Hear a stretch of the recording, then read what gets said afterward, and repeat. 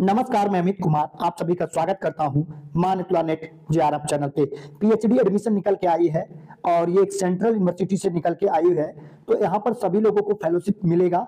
Bumper सीटें हैं, last date 27 नवंबर है, ठीक है। Fellowship for all. और हम यहाँ पर आपको एप्लीकेशन से लेकर एडमिशन तक हेल्प करते हैं, जैसे कि सिनॉप्सिस कैसे बनाना है, रिसर्च प्रपोजल कैसे बनाना है, इंटरव्यू में क्या क्वेश्चन पूछे जाएंगे उसको कैसे आंसर करना है। साथ ही साथ इसमें एंट्रेंस भी होगा, तो एंट्रेंस का भी आपको मटेरियल प्रोवाइड कराएंगे कि कैसे उसके लिए प्रिपेयर करना है। तो साथियों, आपको कुछ नहीं करना है, कमेंट में अपने सब्जेक्ट का नाम लिखना है कि आपका कौन सा सब्जेक्ट है, और स्क्रीन पर आपको हमारा नंबर शो हो रहा है। आप चाहें तो कोई भी पीएचडी एडमिशन में सहायता के लिए मैसेज कर सकते हैं।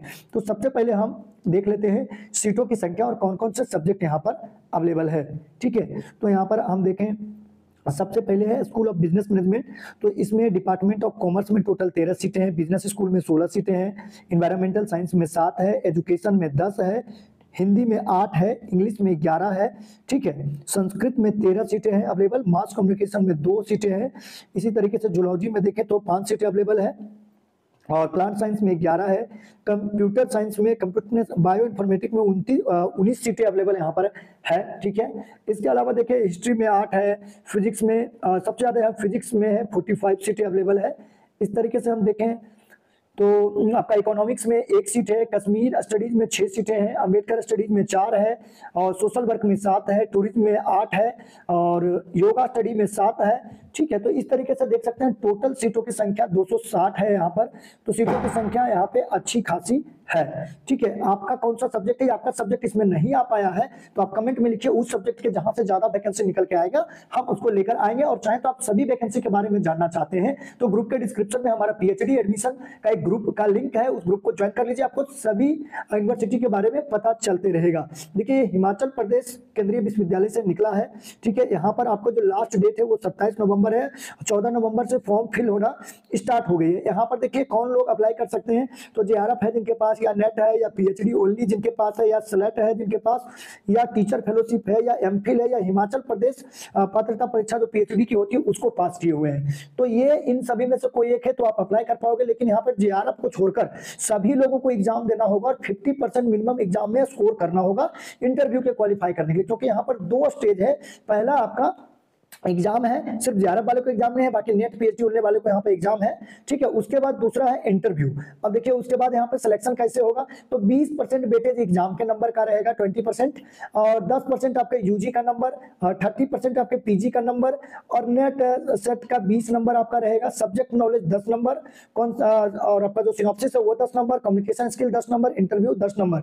इस तरीके से टोटल 100 मार्क्स के बेस पे सिलेक्शन होगा। तो साथियों यहाँ पर सबसे महत्वपूर्ण हो जाता है सिनॉप्सिस, यानी कि रिसर्च प्रपोजल।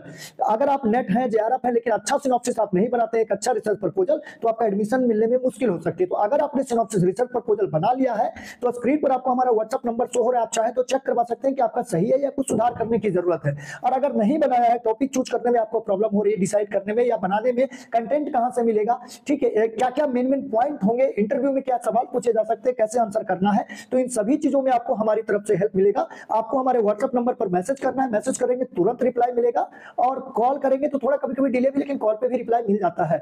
तो जो लोग सीरियस है, जिनको पीएचडी में एडमिशन लेना है, वही कॉल और मैसेज करें साथियों, ठीक है।